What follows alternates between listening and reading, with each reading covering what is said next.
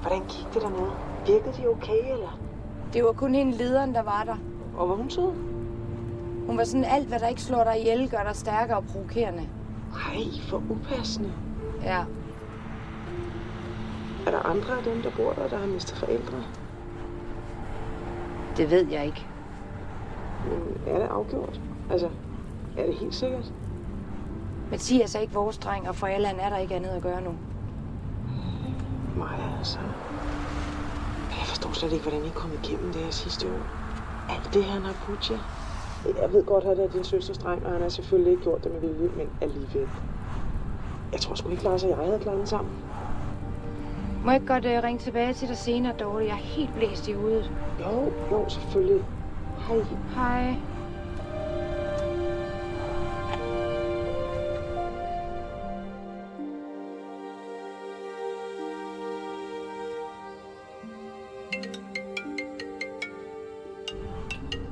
Hvor langt er du?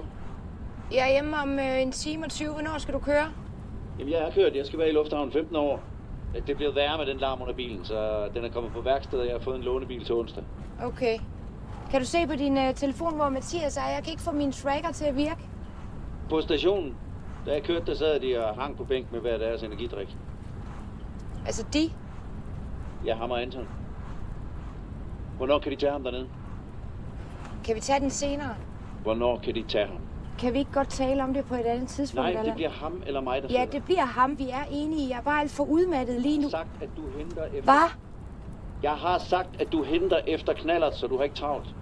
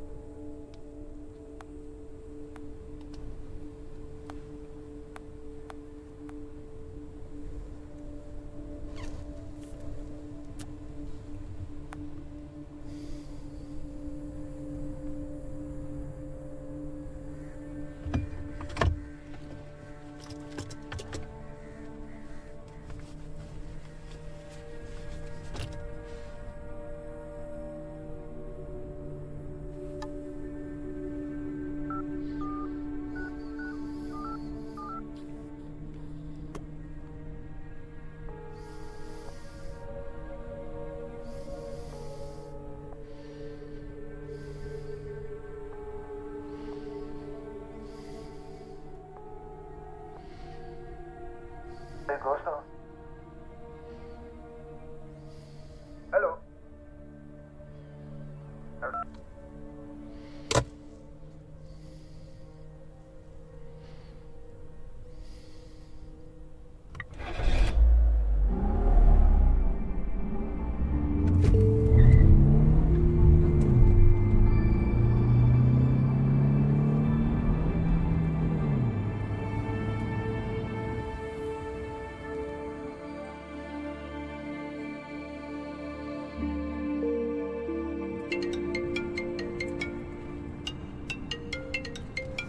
Hej, hvad så? Du skal overføre 1000. Til hvem? Det skal være nu. Jeg kører bil, Mathias. Gør det. Vi må lige tage den, når jeg kommer hjem. Nej, det skal være nu med det samme. Og tæt mig for mine egne penge. Ja, jeg kører bil, har jeg sagt. Gør det for helvede. Er du okay? Overfør de fucking penge, når jeg siger det. Jeg sender nummeret. Stop med at bruge de ord. Jeg skal nok gøre det, men tag den lige med ro. Hallo?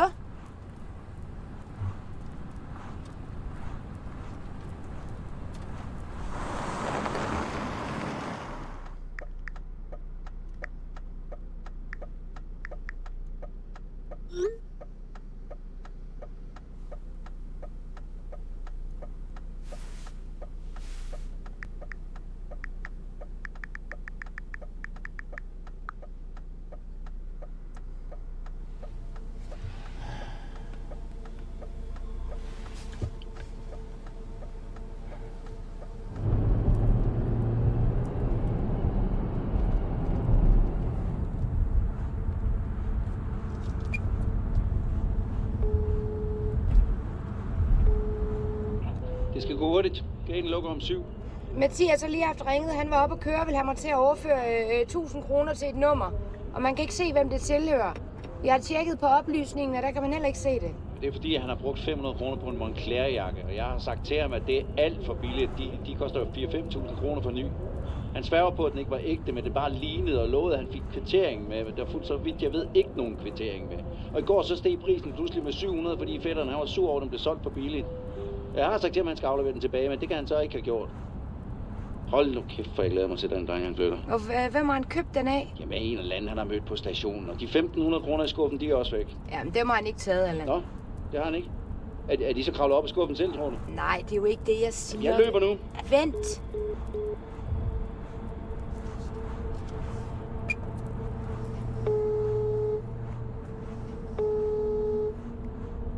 Det er Mathias, rende. Det kan besked. Eller lad være.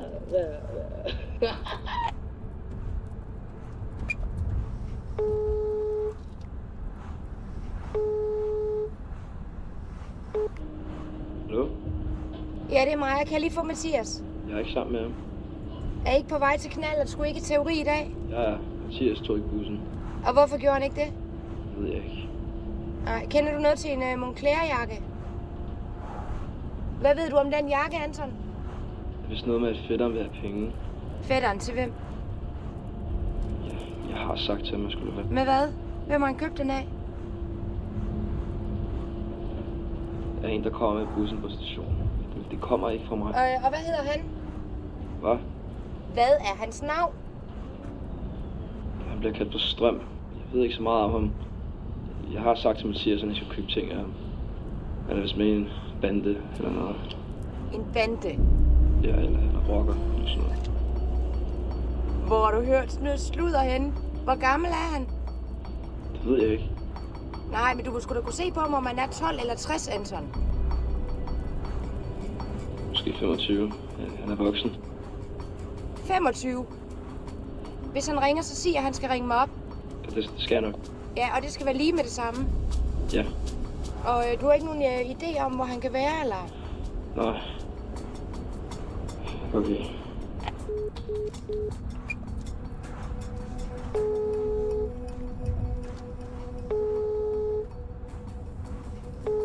Ja, Du har vel ikke mulighed for lige at rende over og tjekke, om Mathias er derhjemme. Han er ikke taget med til knaller, og han tager ikke sin telefon. det kan jeg ikke så godt. Alma bliver ved med at græde. Har du ikke en tracker på ham? Jo, men jeg kan ikke få den til at virke. Han har haft ringet, fordi han ville have mig til at overføre 1000 kroner for en jakke, som han har købt på stationen. Allan siger, den skulle koste 500, men i går begyndte den så pludselig at blive dyrere. Jeg har lige talt med Anton, og han siger, at han mener, at ham der, som han har købt den af, skulle være rocker eller med i noget bande. Hvad for noget? Ja, Jeg smider hende lige en selerender derover så. 1000 tak. Og gider du så ikke lige at tjekke, om der ligger en konvolut med penge inde i soveværelset der i skabet ved min sko? Jeg tør godt have penge liggende på den måde. Det er for konfirmationen lige til en knaller, når han har kortet. Jamen alligevel mig er der altså noget, der hedder en bank. Ja, jamen jeg ved det godt. Jeg har bare ikke lige nået så langt. Hvis han er der, kan du så ikke lige holde på ham til at komme hjem? Ja, goddag. Jeg ved det godt. Men bare forsøg. Nå, jeg smutter. Ja, okay. Hej.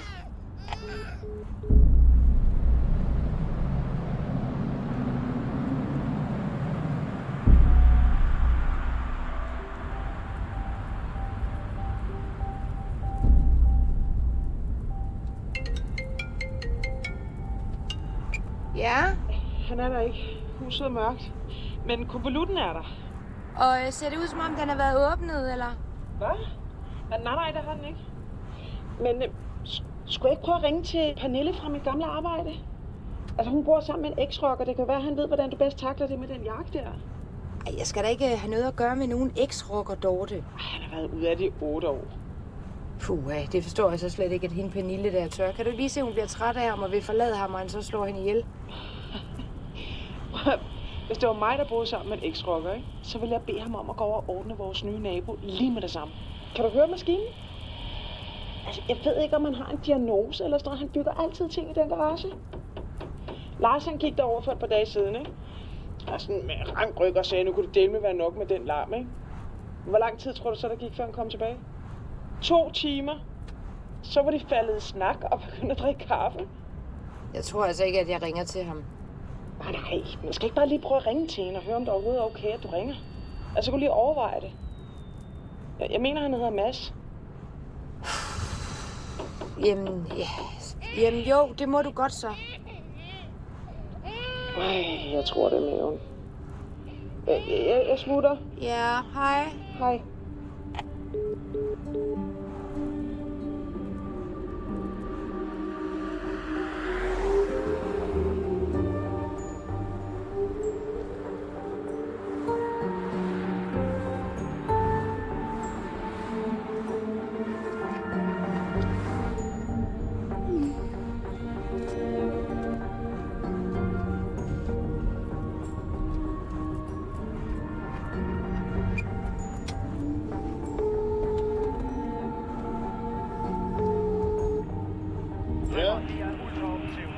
Er det Mads? Hvem spørger? Jeg hedder Maja, du må undskylde, jeg forstyrrer, men jeg har lige fået dit nummer af Dorte, der er min veninde. Hvad sker der for dig? Løb dog med den bold! Altså, hvis det er et dårligt tidspunkt, så kan jeg sagtens. Nej, det er fint. 5 millioner om året, så bevæger han sig som en pædagogmedhjælper på et fritidshjem. Ja, hvad så? Jamen, det drejer sig om min søsters dreng, Mathias. Han har købt en Moncler-jakke på stationen af en mand. Aftalen var, at den skulle koste 500, men i går blev den så begyndte den pludselig at blive dyrere. Og nu her i dag forlanger han så åbenbart 1000 mere. Det er jo ikke for at være overdramatisk, men jeg er lige lidt i tvivl om, hvordan jeg... Hvor længe har det stået på, cirka? Jamen, altså over nogle dage, tror jeg. Det er fordi Hvor gammel er unge? Jamen, han er 15. Altså, jeg har talt med hans kammerat, og han siger altså, at han mener, at ham der, som man har købt den af, skulle være, rocker eller med noget bande, eller... Okay, altså jeg tror ikke, der er nogen rocker, der gider bruge energi på at afpresse en dreng på 15 på grund af en jakke. Nej, vel. Det var også det, jeg tænkte. Men han kan selvfølgelig være med i en bande, og så passer metoden. Metoden? Ja, altså hvordan har I betalt ham? Ved du, hvad han hedder? Ja, altså over mobil og vist også kontant. Jeg har fået at vide, at han skulle hedde Strøm. Og ved du, hvad det er for en bande, der skulle være tale om? Nej, og jeg ved overhovedet slet heller ikke, om det passer jo. Jeg har bare fået at vide, at han er omkring 25, og at han kommer på stationen af til. Altså, burde jeg ringe til politiet? Nej, lad være med at blande mig ind i det. Altså, du skal skære ud i pap for drengene. Det er dig, der tager dig af den her, og ikke ham. Har han haft noget med politiet at gøre tidligere? Ja, han er blevet taget med en joint, og så har han råbt pansersvin efter dem, og så har der også været en episode, hvor han truede ledelsen på sin skole. Mathias har boet hos os det sidste år, fordi han mistede sin mor, der var min søster, og vi har snart ikke flere døre i huset, fordi han smadrer alt.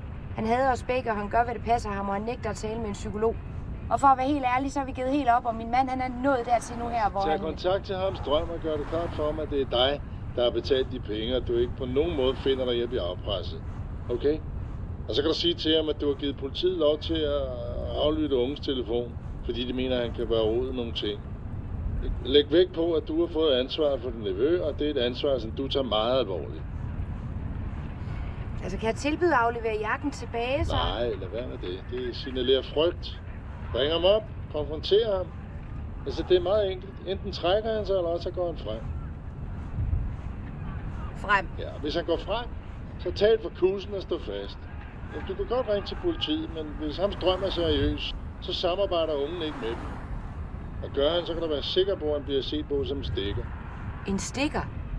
Altså, Mathias er 15. Der er sgu da vel forhåbentlig ikke nogen, der kan se ham som en stikker på grund af en jakke. Lukker ham strømpen ikke der, så ring tilbage, okay?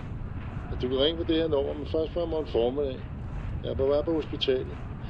Min søster har ikke noget hjerte, så hun har givet sig til at føde midt i fodbold. Ja, okay. Ja, og tak fordi jeg måtte ringe. Ja, det er godt, du. Hej. Hej.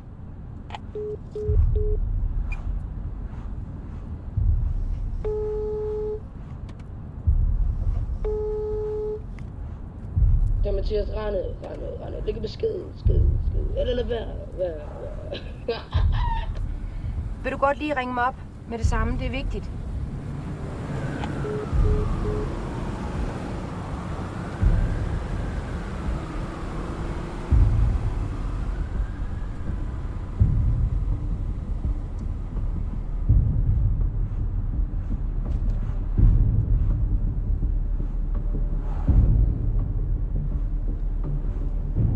Det er slet.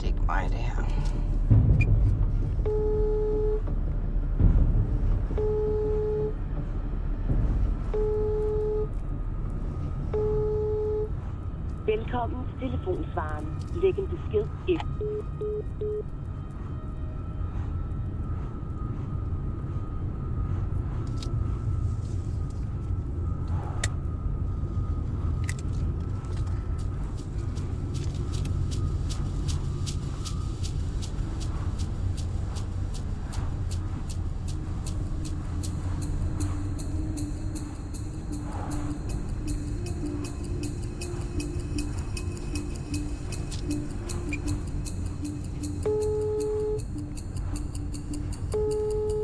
Velkommen til telefonsvaren. Læg en besked efter klartonen. Du har solgt en Moncler-jakke til min nevø Mathias. Det er mig, der har betalt de penge. Jeg vil godt understrege, at jeg på ingen måde finder mig i at blive afpresset. Jeg har givet politiet lov til at aflytte hans telefon, fordi de mener, han kan være rodet ud i nogle ting. Mathias' mor var min søster, og jeg har fået ansvar for ham. Og det er et ansvar, som jeg tager meget alvorligt. Farvel.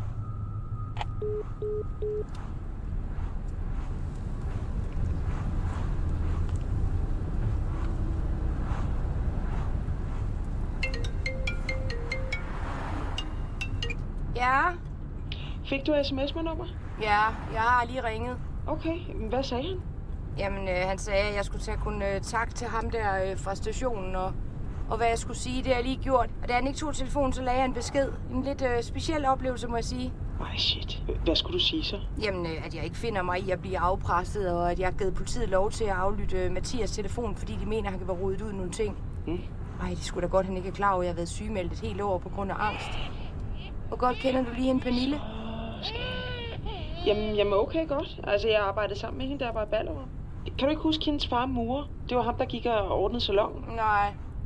Ej, hun er ret køn. Hun har krøller og brunt hår. Nå ja, med piercing. Ja. Så, Alma. Nej, ved du, jeg bliver nødt til at rende. Ja, okay. Ja, hej. Hej.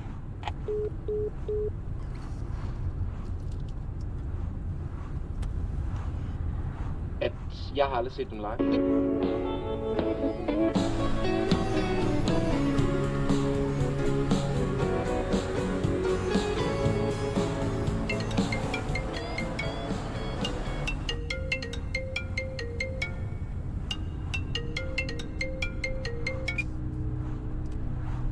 Ja?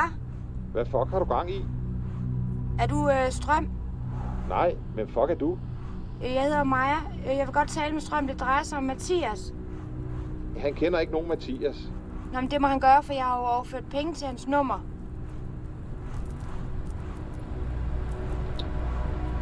Jeg kender ikke nogen Mathias. Hvor gammel er han? Ja, han er 15.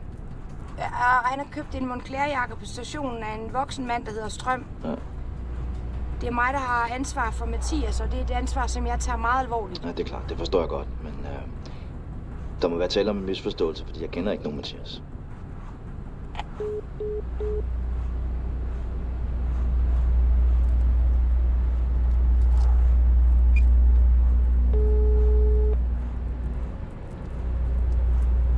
Ja. Hvis ikke du kender min nevø, hvorfor jeg så overført 1000 kroner til dit Slap nummer? af. Prøv engang, det er ikke mit problem, at du ikke kan styre din søsters unge, vel? Så tænk dig om en anden gang, før du ligger og ringer til folk. Er du klar over, hvem der du har ringet til? Ja, jeg har jo ringet Ved du godt, til hvem fuck der du har ringet til, spurgte jeg dig om? Jeg har givet politiet lov til at aflytte Mathias' telefon, fordi de mener, at han kan være rodet ud i nogle ting. Og hvis jeg var dig, så vil jeg holde mig langt væk. For jeg har lovet min søster. Fuck dig og fuck din ludersøster.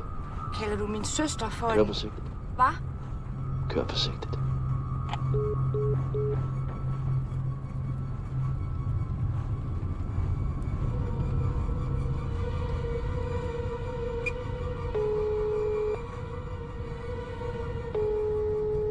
Så Mathias, rende.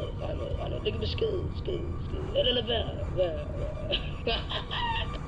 Hvis der bliver ringet fra et nummer, som du ikke kender, så tager du ikke din telefon. Og du holder dig langt væk fra stationen. Allan har fortalt mig om jakken, og jeg har været nødt til at tage kontakt til en, som Dorte kender, der har forstand på afpresning. Han sagde, at jeg skulle ringe op til ham Strøm, og hvad jeg skulle sige, det har jeg lige gjort. Jeg har sagt til ham, at jeg har givet politiet lov til at aflytte din telefon, fordi de mener, du kan være rodet ud i nogle ting. altså ikke, om jeg fatter, at du kan være så egoistisk, bare fordi du vil have en åndssvag jakke.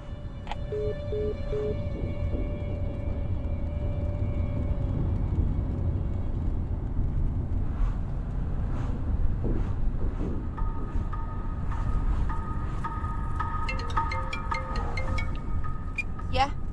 Har du givet politiet lov til at aflytte min telefon? Nej, selvfølgelig har jeg ikke det, men det var jo det, jeg skulle sige for at få ham der til at holde sig væk. Du skal lade mig ordne. Hvorfor er du sur? Jeg er ikke sur. Jeg er sgu da bekymret over, at du ikke overvejer konsekvensen, før du giver dig i kast med. Skælder mig altid ud. Ja, jeg skælder dig ud, når du laver dumme ting. Og det har du lige gjort. Kan du ikke forstå, at det kan være farligt at købe en designerjakke af en eller anden fremmed mand på en station? Hvor er du henne? Det kan være lige meget. Hvad kan være lige meget? Det hele. Hvorfor siger du sådan noget? Fordi det kan være lige meget. Jeg har taget pengene i skuffen. Ja, vi skal have en rigtig alvorlig snak, når du kommer hjem. Jeg kommer ikke hjem. Selvfølgelig gør du det. Hvor er du henne? Det kan være lige meget. Jeg gider ikke hjem. Fuck dig. Du bliver nødt til at fortælle mig, hvor du er, så jeg kan hente dig, så vi sammen kan finde ud ud af... Du er ikke min mor. Du kan ikke finde ud af en skid. Nej, det er jeg ikke. Nu får jeg slag på grund af dig. Nej, selvfølgelig gør du ikke det. Jo, jeg gør. Du er en åndssvag kælling. Det eneste, du kan finde ud af er fucking piller. Ej, Mathias, ved du nu hvad? Mød mig ved svømmehallen 10:30. Nej, men fordi jeg er simpelthen så skide træt, så skal jeg jo sidde og vente indtil du... Og hvad så? Hvad rager det mig?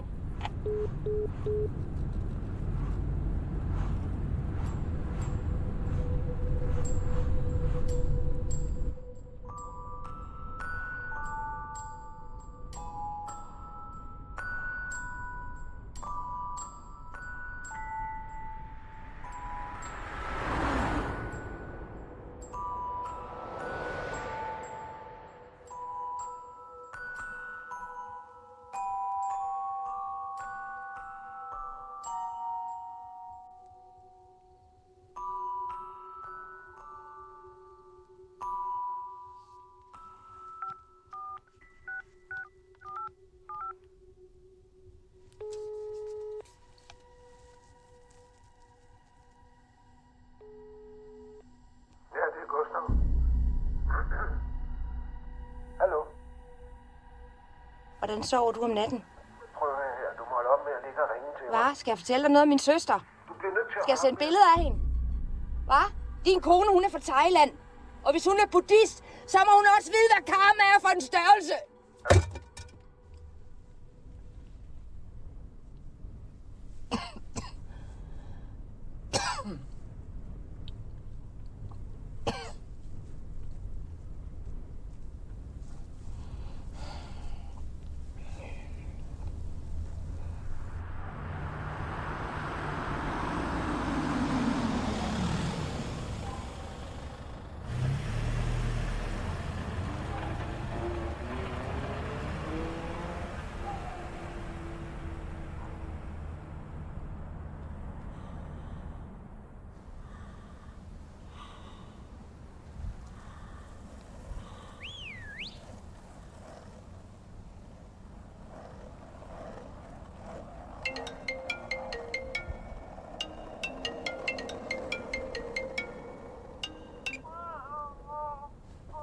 Jeg har fået fat på ham, så der er styr på det. Hvor er det godt. Men kan du ikke lige skrive, når det er, I kommer hjem? Jo, selvfølgelig. Tak. Hej. Hej.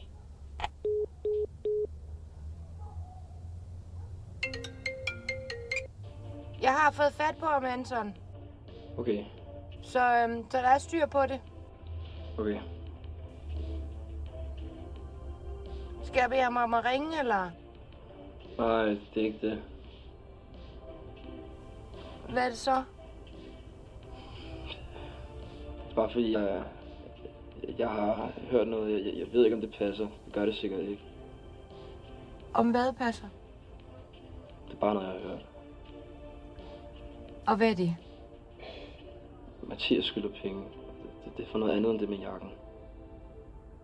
Hvad mener du? Jeg har hørt, at ham Strøm og troede mig at smadre ham, hvis han ikke begyndte at sælge for ham. Altså, sælge hash. Hvad for noget? Ja, og da han så ikke kunne finde ud af at komme af med det, så ville ham Strøm ikke tage tilbage. Men nu vil han have pengene. Altså, hvor har du hørt det henne? Det kan jeg nemlig bare ikke så godt sige.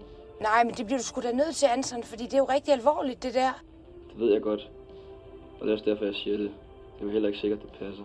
Hvem er det, der siger det? Hvem er det, der siger det, Anton? Daniels storebror. Flytte Lars.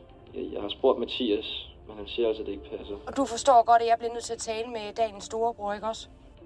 Det ved jeg ikke lige. Nej, tror du ikke godt, at han forstår, at du var nødt til at sige det til mig, Anton? Jeg kan egentlig bare ikke så godt lide ham. Jeg ved ikke, om han vil have, at jeg siger det videre. Nej, men så må du skulle sige til ham, at...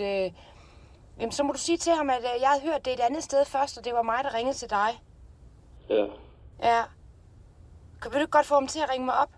Okay. Og vil du gøre det lige med det samme? Ja.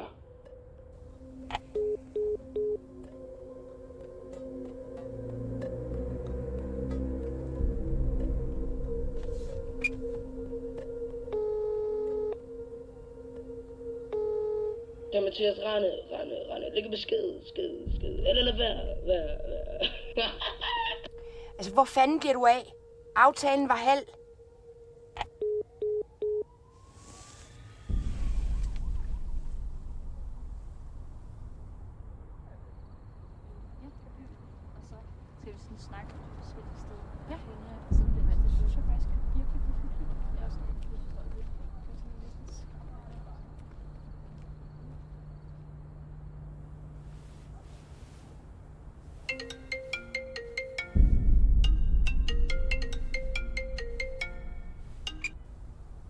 Ja? Ja, det er Lars. Ja, vi må lige gøre det kort, for vi skal være færdige her. Ja, selvfølgelig. Og tusind tak, fordi du ringer. Jamen, jeg har jo desværre været nødt til at tage kontakt til Anton, fordi jeg har hørt nogle ting, der virkelig bekymrer mig. Ja, det er jo ikke lige det fedeste. Nej. Og hvad har du hørt? Ja, Mathias er blevet presset til at sælge noget for nogen. Da han ikke kunne finde ud af at komme af med det, så vil vedkommende ikke tage tilbage, og nu vil han have pengene.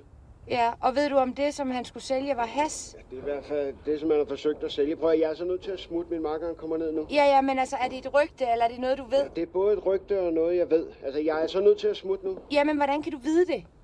Fordi han har forsøgt at sælge det til mig, og fordi jeg ved, at der er flere, der er advaret. Fordi han er 15, og han kan blive straffet for det. Skal jeg bare sætte den her? Nej, hey, sofaen. Vi skal have sofaen op. Okay. Og ved du, hvor mange penge ham der ville have? 21. 100? Nej, 1000. 21.000? Altså, det kan Mathias sgu da aldrig. Nej, det skulle man ikke tro. Og ved du om ham der, han skulle have noget at gøre med noget bande? Ja, han skulle være medlem af Justice Army. Kom nu, Lars. Jeg er så nødt til at lægge på nu. Ja.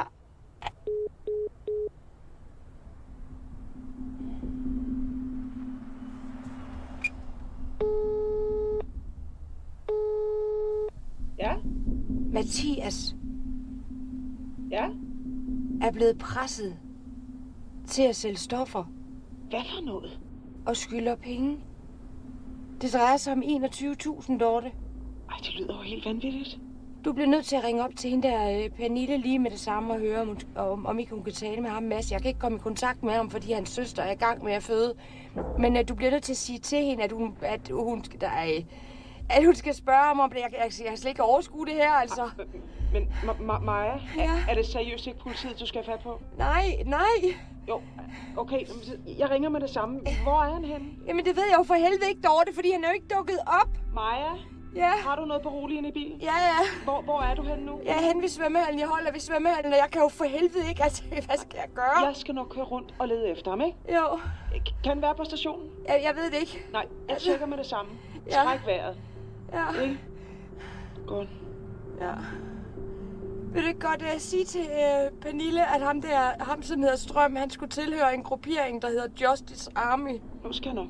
Ja, og jeg tror, det er vigtigt, du siger det, Dorte. Ja, selvfølgelig. Hej. Hej.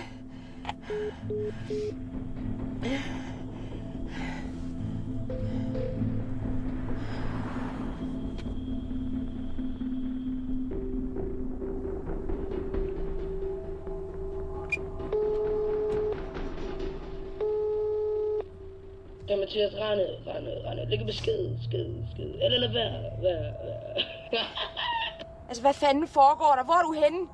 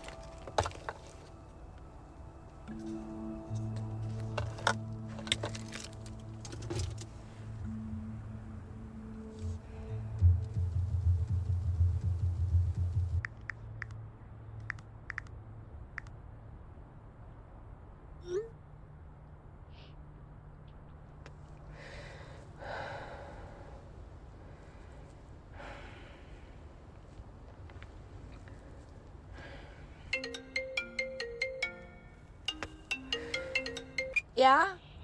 Nu har jeg tjekket, og han er altså hverken på stationen eller derhjemme. Men jeg fik fat på Pernille. Og hvad siger han? Jamen, han siger, at du skal stå fast og ikke lade dig intimidere. Og han siger altså, at der ikke er noget medlem af Justice Army, der hedder Strøm. Og at det vil vare meget kort tid, før han forsvinder af sig selv. Fordi de hverken finder sig i, at han lader som om, at han har dem i ryggen, eller at han står bag salg af stoffer.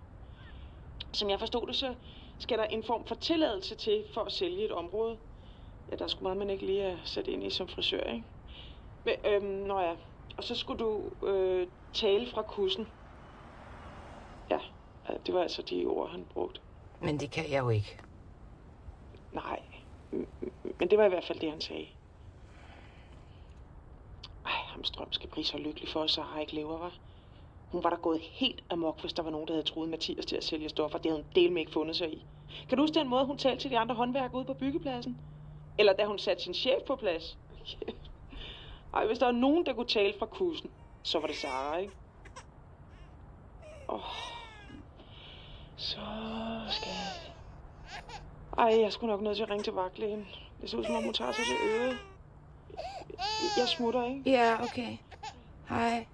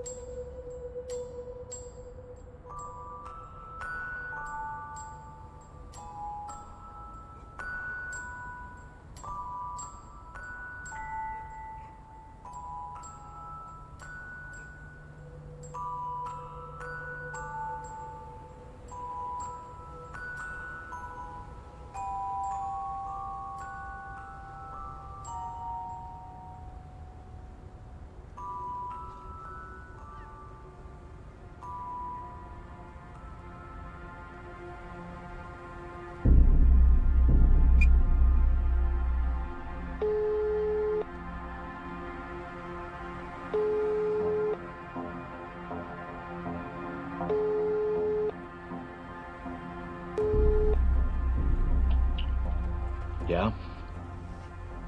Hvis du mangler penge, så find dig et arbejde. Hvad siger du? Hvis du mangler penge, så find dig et arbejde. Det er det, normale mennesker gør. Hvad fuck er det, du siger til mig? Er du bange for at lege med voksne? Sig det en gang til. Det gider jeg ikke, for jeg tror godt, du hørte, hvad jeg sagde. Hvor svag er man, hvis man afpresser en dreng på 15? Jeg knipper dig, din fucking luder, mand. Nej, du er en luder. Du er en lille fucking luder. Og du lader Mathias være, der er ikke nogen grænser for, hvor langt jeg vil gå for at beskytte ham. Forstår du det? Er du klar over, hvad det er, han har været igennem? Tror du mig, hva'? Hvad? Skal jeg forstå det her som en trussel, eller hvad? Nej. Du skal forstå det som et løfte. Du skal forstå det som et fucking løfte!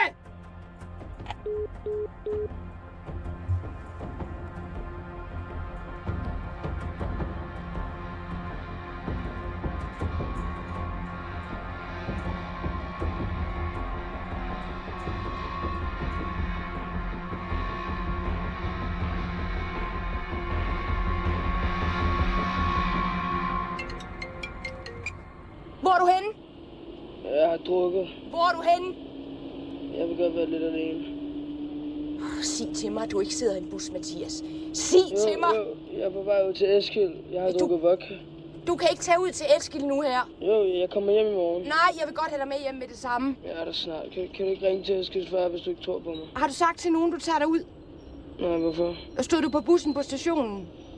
Nej, ved fabrikken. Hvorfor? Min telefon går ud snart. Har du oplader med? Jeg har en i lommen. Du skal lade den op i bussen. Jeg gør det bare til Eskil. Nej, du skal gøre det lige med det samme. Jeg skal kunne komme i kontakt med dig. Chaufføren han kører, som om man har stjålet bussen. Hvor mange procent er der på din telefon? Det ved jeg ikke. Kig på din telefon, Mathias. Hvor mange procent er der på? Er det ikke en idé at få dig nogle ekstra køretimer, hva'? Hvis du ikke er gammel nok til at drikke alkohol, så får din mor til at hente dig. Hvis du nævner min mor en gang til, så smadrer jeg din klamme bus. Stop! Det er der, og det er lige med det samme. Hvis ikke du kan finde ud af at opføre dig ordentligt, så står du af den bus. Ja, okay. Ja, vi ses. Nej, vent, Mathias.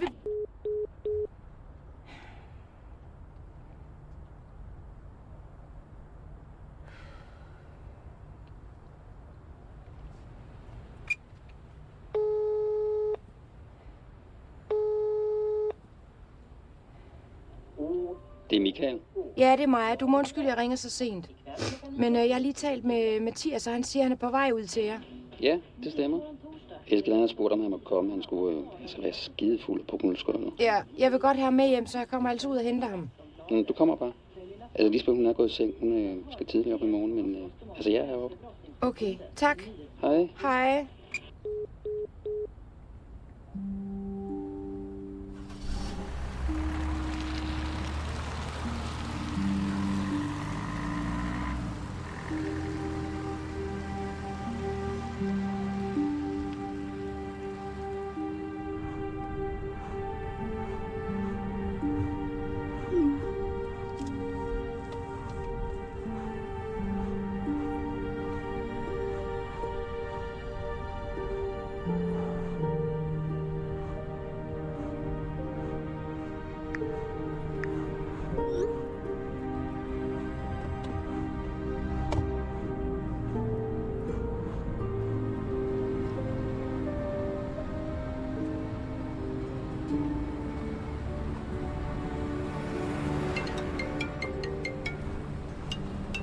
Ja? Hovedet op og benene ned? Ja, eller noget, der ligner. Jeg har lige talt med Mathias. Han har drukket sig stiv i vodka på vej ud til Eskil. Nej. Jeg tror sgu også snart, jeg begynder at drikke. Jeg har fået tid ved vagtlægen 20 år, og de siger, det godt kan være ørerne igen, fordi hun græder, når hun ligger ned. Nå, det er lille pus. Ja, det er sgu synd. Ja. Jeg røg ud af køen, så det tog 30 minutter at komme igennem. Kunne du ikke lige se, at man havde fået en hjerneblødning og sad der med sådan en snoren i armen eller noget? Jo. Du er nummer 12 i køen. Nå, jeg smutter. Ja, hej. Hej.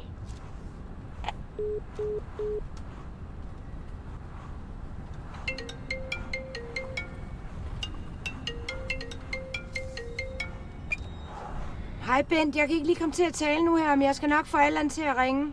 Har I nogen fjender? Nej, da. Hvorfor i alverden spørger du om det? Fordi bolden på det venstre forhjul er løsnet. Det var godt, I reagerede på lyden, for hjulet sad løst. Men kan et hjul ikke løsne sig af sig selv? Hvad? Kan et hjul ikke løsne sig af sig selv, Bent? Nej. Det kræver værktøj. Jamen, det er derfor, jeg spørger, om I har nogen fjender. Altså, havde I ikke reageret, så var hjulet sgu røget af. Jeg ved, at det ikke er sket af sig selv, for jeg gik dem igennem for en måned siden, da den var nede. Okay, jeg skal nok lige snakke med Allan. Jamen, gør det. Og så ser jeg på det anmeldt. Ja, selvfølgelig. Hej.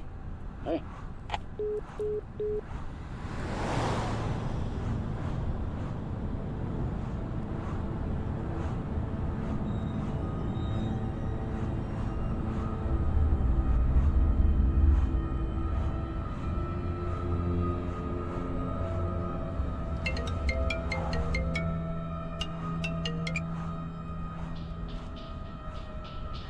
Jeg skal lige ud af en svingdør her. Hæng lige på. Er du der? Hallo? Jeg er lige blevet ringet op af vores mekaniker. Han siger, at der er nogen, der har pillet ved vores bil, så det ene hjul er løs. Da jeg talte med ham Strøm den første gang, der sagde han, at jeg skulle køre forsigtigt. Hvorfor sagde han det? Hvorfor sagde han, at jeg... Er du sammen med din nevø? Nej, hvorfor jeg er på vej ud for at hente ham. Og hvor er han henne nu? På vej ud til en kammerat. Hvorfor? Og det er du sikker på? Ja, det er jeg ret så sikker på, for der er tracker på min mands telefon. Og han har lige skrevet, at den er ved bakkesvinget 33. Altså, jeg har lige talt med en af mine gamle kontakter. Okay. Jeg ringer ham op, fordi jeg fik en dum fornemmelse i maven. Okay. Og det er slet ikke godt, det her. At hvad? Altså, hvad mener du? Har du haft kontakt med ham Strøm, efter din veninde ringede til Pernille nu her? Ja. Hvordan gik det? Det kommer vist meget ind på, hvad for et miljø man kommer fra, for jeg kaldte ham for luder og truede ham på livet. Altså, du skal have fat i din søsters dreng med det samme, så skal I ikke til hjem og sove. Jeg har fundet ud af, hvem ham Strøm er. At hvad? Altså, hvad mener du? Han hedder ikke Strøm, men han bliver formentlig kaldt det, fordi han har arbejdet som elektriker. Okay. Men hvem er han så? Han hedder Mik Aargaard Larsen. Han er fuldbyrdet medlem af Justice Army, og han er siddet inden for grov vold, afpresning og besiddelse af våben. Han blander steroider og amfetamin, og han er fuldkommen syg i hovedet. Men så har jeg jo lige... Hør her, hvad jeg siger. Nej, men du sagde jo... Det ved jeg godt, men det er derfor, jeg ringer, for jeg har det af helvede til. Jeg gider sgu da ikke at høre, hvordan du har det. Hør nu her, søde. Du kalder ikke mig for søde. Prøv at høre, du er nødt til at holde hovedet koldt. Hent din nevø med det samme, så skal jeg nok gøre alt, hvad jeg overhovedet kan. Og hvordan skulle jeg kunne stole på de ting, du siger, hva'? Jamen altså, du skal have ungen til at forstå, at I bliver nødt til at kontakte politiet. Ikke? Kan du ikke få ham til at forstå det, så skal jeg nok tale med ham. Du taler ikke med min nevø, det kan jeg lige love dig. Og politiet tror du, jeg er helt idiot, hva'? Har I dyr derhjemme, hva'? Er der nogle dyr på jeres bopæl? Hvad for noget? Hvad for noget? Manden har sparket en hund ihjel, fordi han ikke fik sine penge for et.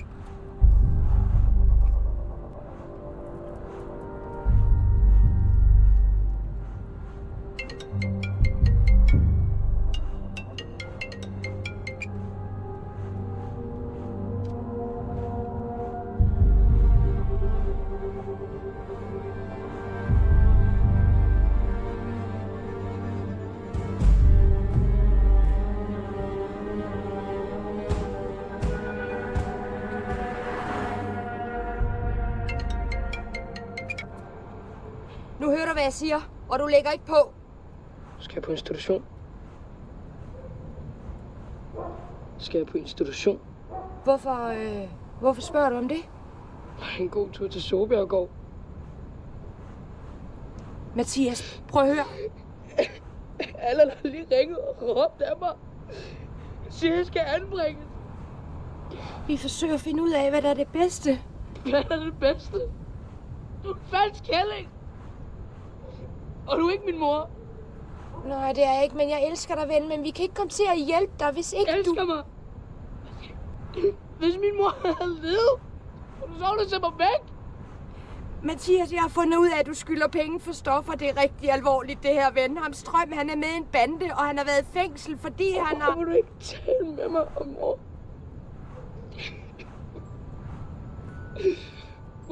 Hvorfor vil du ikke tale med mig om mor?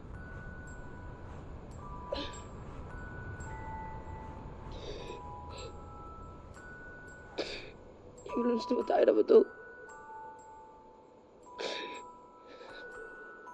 Jeg mener det.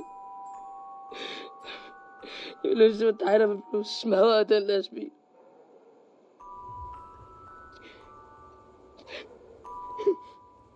Det vil jeg også, Mathias. Det vil jeg også.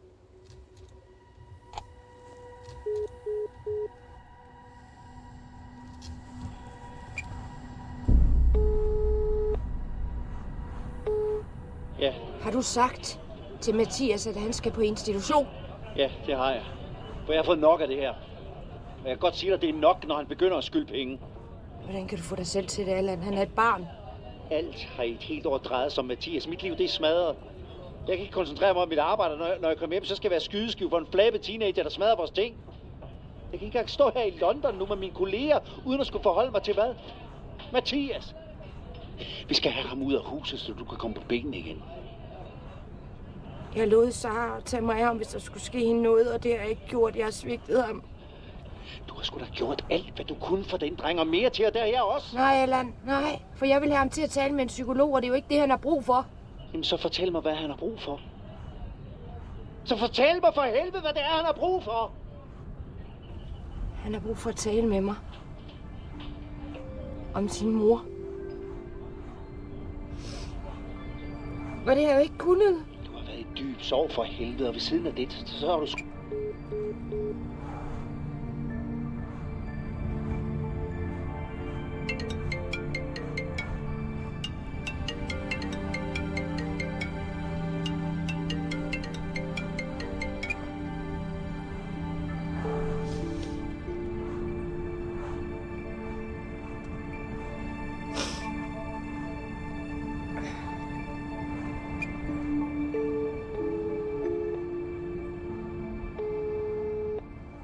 Ja? Ja, det er Maja. Jeg er der om 2 minutter. Vil du sige til Mathias, at han skal komme ud? Men Eskild har lige sagt, at han ikke kommer alligevel. Som jeg forstod det, så har han taget bussen videre. Jeg kunne vel ikke få Eskild? Jo, selvfølgelig. Mathias Moster vil gerne lige tale med dig. Det gider jeg ikke. Jamen, det skal jeg. Er det vores køkkensaks, det der? Jeg er ikke færdig med at bruge den. Hallo? Ja, det er Maja. Nå, det kunne jeg da slet ikke regne ud. Tal ordentligt. Ved du, hvor Mathias er taget hen? Nej, han skrev bare, kommer ikke alligevel på. Han er mærkelig. Hvordan? Fordi han ringede fra bussen og spurgte, om jeg kunne passe på en taske for ham. En, han havde med? Hvad tror du selv? Hvad er det for en taske? Hvor skulle jeg vide det fra? Han er mærkelig. Hvis du hører fra ham, så spørger ham, hvor han er, og så ring op til mig med det samme. Hvorfor skulle jeg det? Ja, fordi jeg siger det, fordi jeg er den voksne, fordi jeg beder dig om det. Har du nogen idé om, hvor han kan være taget hen? Hvis jeg havde, så havde jeg nok sagt det.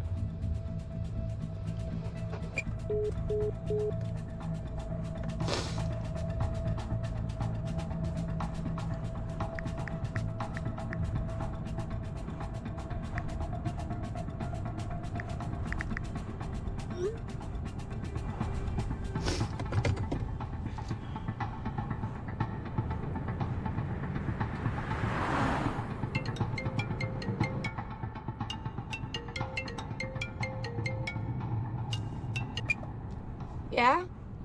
Gustav har det forfærdeligt, og du er nødt til at holde op med at ringe. Han har jo slået min lille søster ihjel.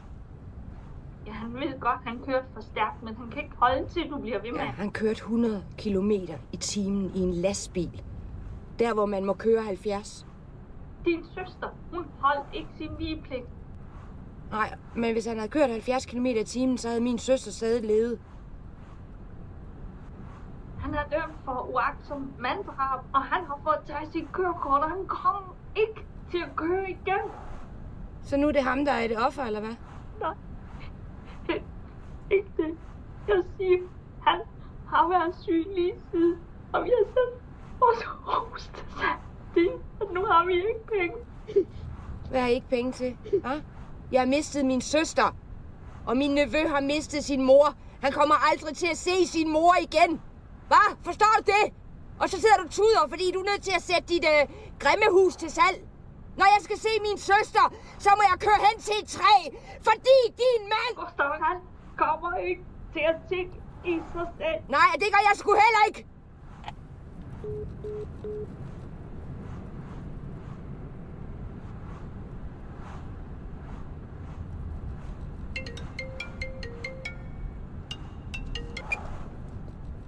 Ja, hvad? Skal du høre rigtig godt efter.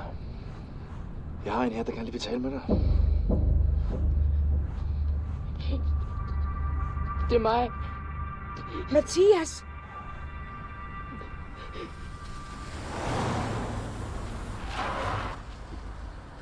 Undskyld. Røven. Please. Prøv en gang, jeg kommer kun til at sige det her én gang. Ja. Jeg skal have mine fucking penge! Ja, selvfølgelig. Hvor meget skylder han? 21.000. Du skal nok få dine penge. Jeg kan skaffe dem lige om lidt. Vil I godt lade være med at gøre ham noget? Din nevø, han er rigtig ondt i munden. Og det får du også, hvis du ringer til politiet. Det gør jeg ikke. Jeg har dine penge. Jeg kan skaffe dem lige med det samme. Vil I ikke godt lade være med at slå ham? Vi knipper den lille fucking homo, hvis du prøver på noget, okay? Snak! Au, please! Nej, au!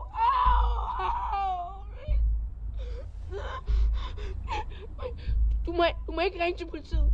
Det gør jeg heller ikke. Jeg har fortalt dem, at det ikke passer, at du skulle afløbe min telefon. Jamen, det gør jeg heller ikke, Mathias. Jeg har pengene, vi finder ud af det. Nej, Mathias, hører du, hvad jeg siger? Hør kæft en gang, mand. Nu skal du høre her. Jeg giver ikke en fuck for det lille stikkersvin. Jeg skal have tungen af ham og proppe op i røven på ham. Skaf, hvad han skylder, eller jeg fucking dræber ham. Ligesom jeg dræber dig, din klamme so. Sut min pik.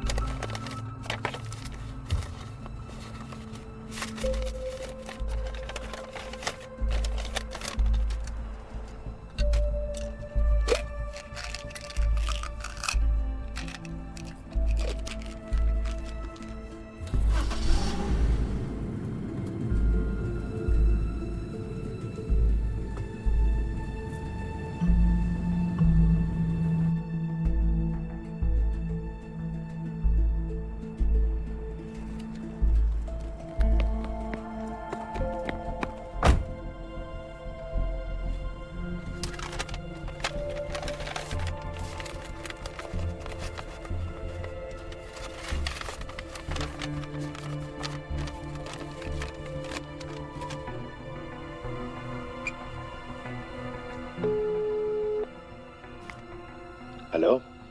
Jeg har pengene. Parkeringspladsen ved Bissenvej nummer 18. Bare der om 15 minutter.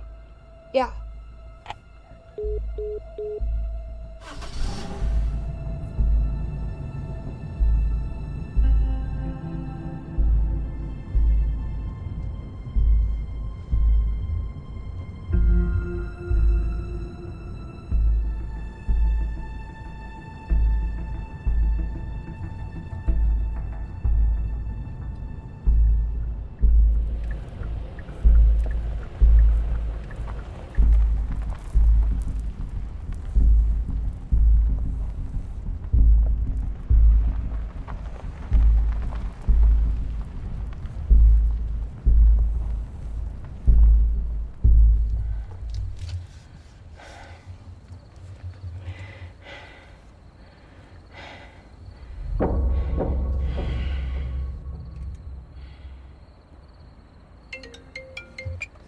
Ja? Kom over med pengene. Hvor er Mathias? Kom over med pengene og gå tilbage til bilen.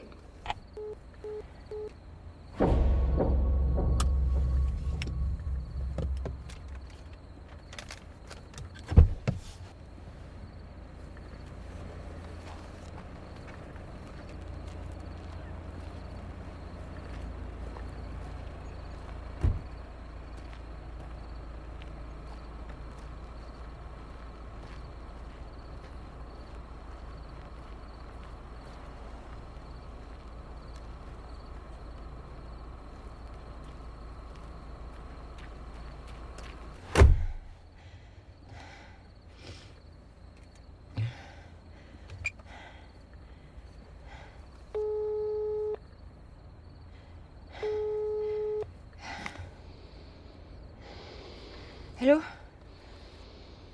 Ja, Kommer han over? vi har ham ikke i bilen. Han er på recittervej 25 om 10 minutter.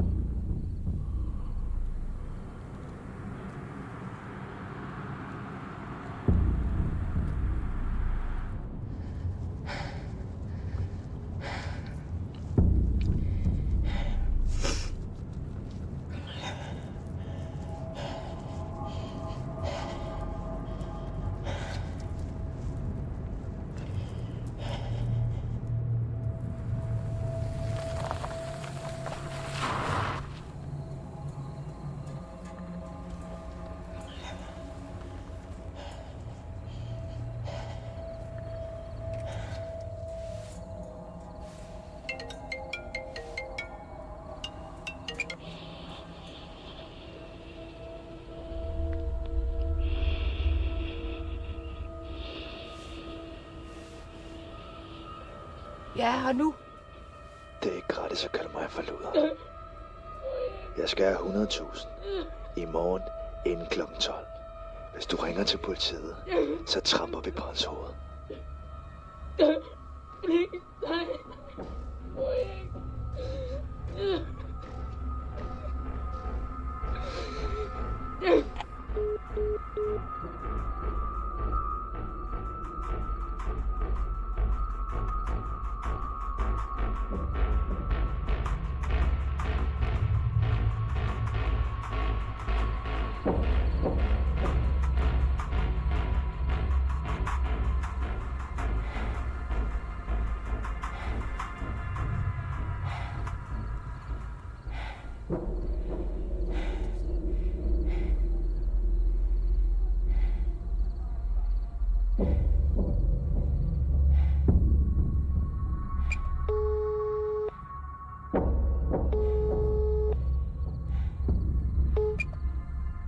Jeg har betalt ham. Men han skal have flere. Hvis ikke han får 100.000 mere, så tramper de på hans hoved. Det er syge svin. Hvor er der? På Resetavej 23. Nej, 25. Med C eller S? Med C. Jeg er på vej. Vent. Min mand har lige skrevet, at sidst der var kontakt til trackeren, der var han ude ved grusgraven. Hvad er adressen? Det ved jeg ikke. Altså, jeg kan ikke køre til nogen grusgrav, hvis jeg ikke ved, hvor den ligger. Er du ude ved genbrugspladsen? Ja, altså du skal op til runddelen, og så skal du fortsætte ud forbi.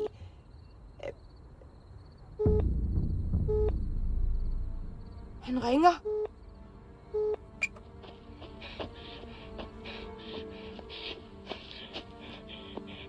Mathias? Hvis jeg slukker af, de slår mig ihjel. Hvor er du henne? I skoven. Jeg er i skoven. Ja, hvad for en skov? Eversborg-skoven. Det er din skyld. Det er fucking din skyld.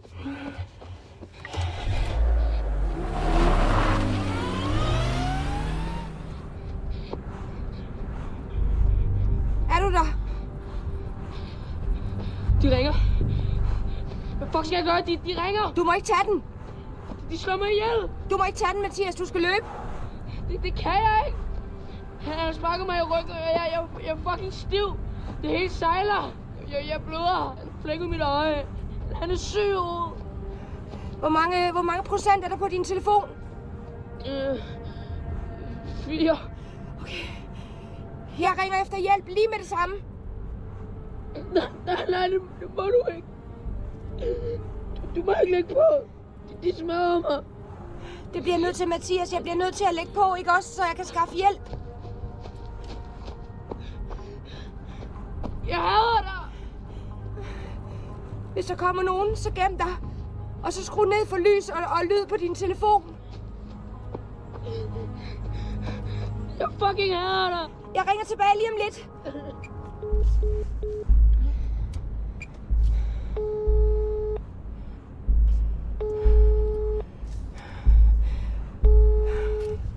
Ja? Ring til politiet. Han er sluppet fra dem. Ring til politiet. Hvor er han henne?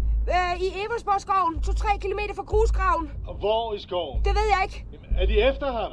Jeg ved det ikke. Jeg bliver nødt til at ringe tilbage til ham nu. Lød det, som om de var udenfor eller indenfor, da de ringede til dig den første gang? Indenfor. De var indenfor. Politiet skal vide, hvor det er. Spørg ham, hvor det var. Hvordan der så ud. Hvor mange de var. Var der biler udenfor? Hvor mange? Alt, hvad han overhovedet kan komme i tanke om.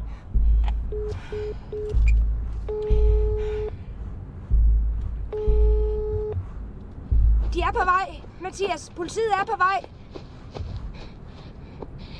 Er du der? Er du der? Jeg har lige set et pindsvin. Det var helt død. Mathias. Hvor er mor? Hvor er min mor? Jeg vil have mor. Jeg kan ikke forstå det. Det kan jeg heller ikke. Jeg kan slet heller ikke forstå det. Hvor var I henne? Der hvor, Mathias, hvor var I henne? Der hvor de slog dig, og de ringede op til mig. Var I inde i et hus? Nej, en gård. Ja, og ved du hvor den ligger henne, ven? Er det i nærheden af skoven? Det var mørkt. Og hvordan så det ud udenfor? Hvordan så gården ud? Det ved jeg ikke. Var der noget udenfor? Kan du huske, om der var noget? Var der biler? Kan du komme i tanke om noget, der kan hjælpe politiet med at finde dem? Det var en gammel gård. Jeg tror, den var rød. Jeg ved det ikke. Den var tom, og der stod til salg. Var der et til salg skilt ud ved vejen? Ja, man skal ned ad en lang grusvej. Ja, og hvor er du henne nu? Har du nogen fornemmelse af, i hvilken retning vejen er? Jeg står på den nu. Jeg er på vejen nu. Jeg ringer tilbage lige om lidt, ikke også? Hvis der kommer nogen, så gem dig. Jeg ringer tilbage.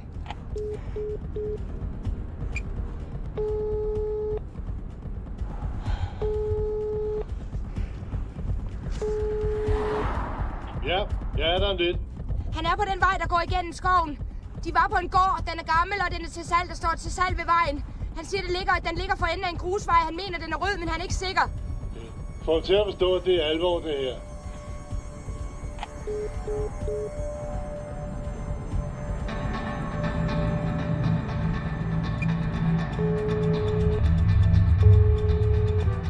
Er du der?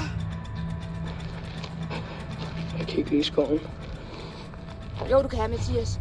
Sig til dig selv, at du godt kan lide skoven.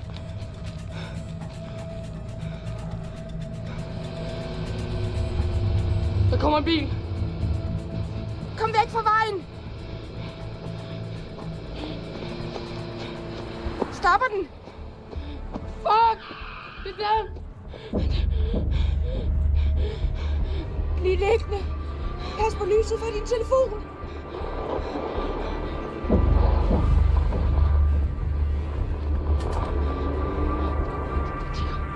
De kommer. Han sparker mig igen. Bliv, hvor du er. Jeg løber alt, hvad jeg kan. Nej. Bliv, hvor du er. Bliv. De stopper længere op. Kan du høre dem? Vent til de er helt væk.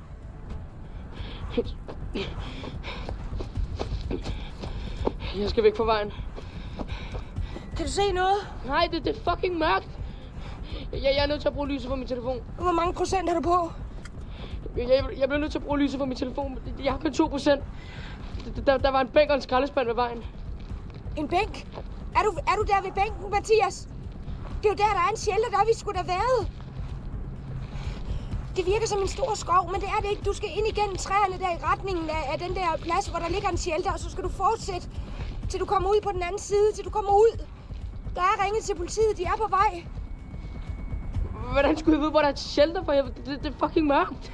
Storm vil have mig til at aflevere nogle våben. Og har du gjort det?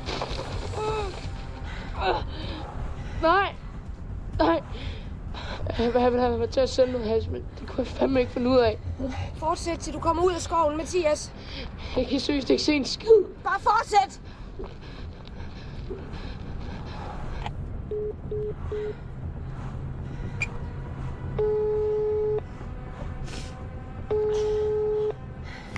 Hvor langt er du? Jeg er skoven på min venstre hånd. Ja, den første vej til venstre. Du skal op ad den første vej til venstre, lige efter skoven. De er bil derinde, de leder efter ham. Der er sgu da ikke nogen vej. Og du har skoven på din venstre. Vent lidt. Yes, jeg er der nu. Hvor langt op er det, siger du? Det ved jeg ikke. Han kommer ud på din venstre hånd.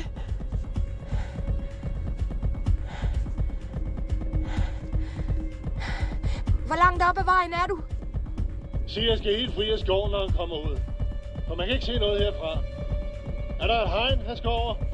Er der en sti? Jeg ved det ikke. Jeg er lige kørt forbi en sti. Skal jeg tilbage på stien? Jeg ved det ikke. Jamen, jeg kan ikke se ham herfra, for helvede. Få ham ud på vejen.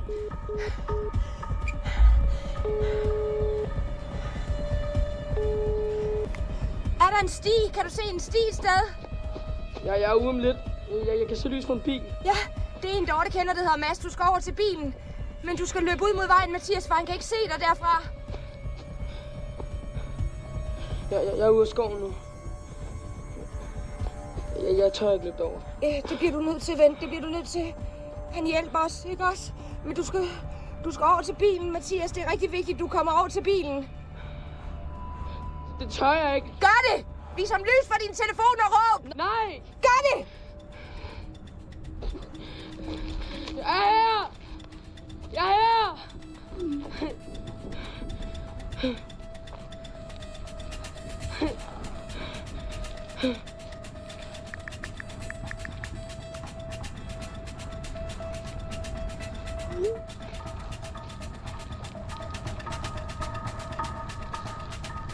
Mathias?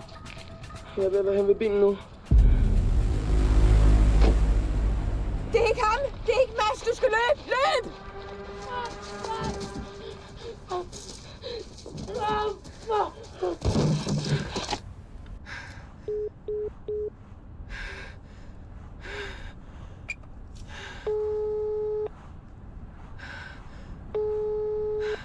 Ja. Han er kommet ud mod øst. De har ham. Ring til politiet. Jeg ringer med det samme. Hvad retning er det kørt? Det ved jeg ikke.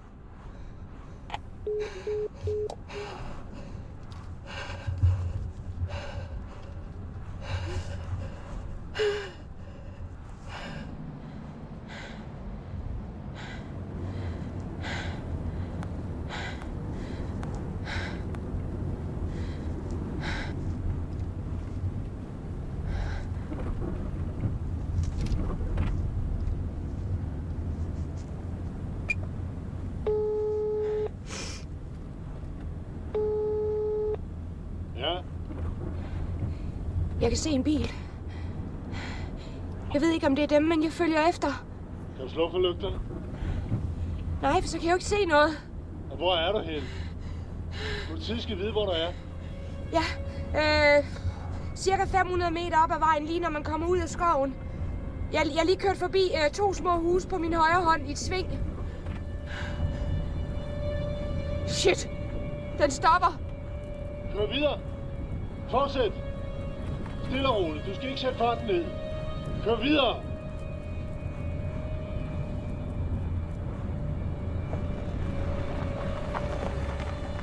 Der er ikke noget til salgsskilt. Fortsæt. Det er ikke dem. Det er ikke dem.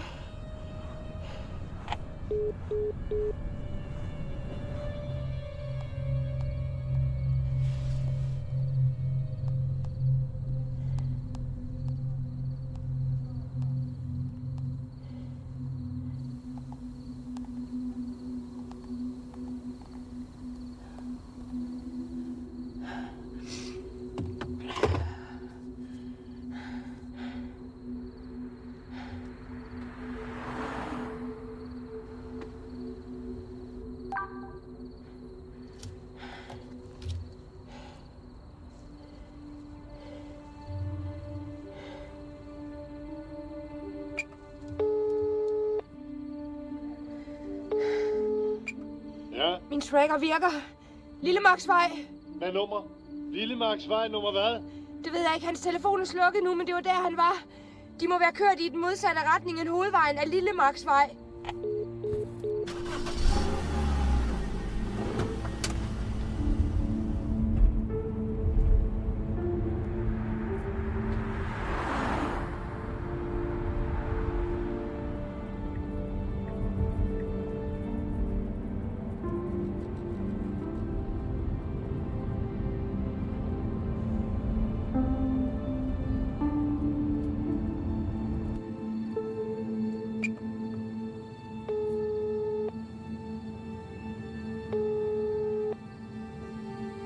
Ja. Det er 33. Jeg tror, det er 33, der står til salg ved vejen. Ser det ud, som om der er biler oppe ved gården? Det kan jeg ikke se. Altså, hvor langt er der fra grusvejen og op til gården? Det ved jeg ikke. Jeg kan ikke se nogen gård. Kan du se politi? Nej. Bliv, hvor der er. Jeg ringer til dem.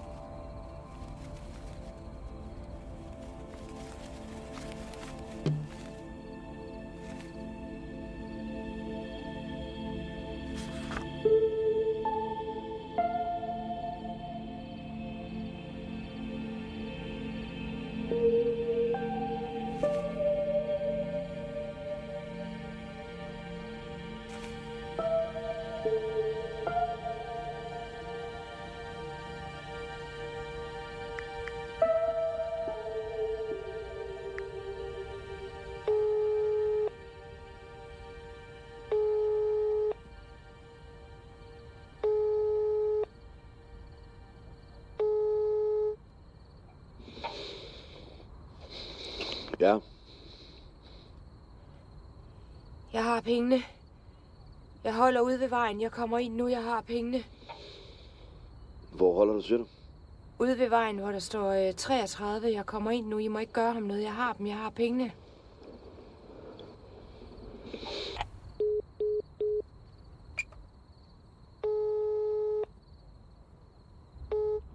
Ja? Jeg kører dig ind nu. Det kan jeg fandme love dig for, at du ikke gør. Jo, jeg kører dig ind nu. Jamen, det ender jo fucking galt, hvis du...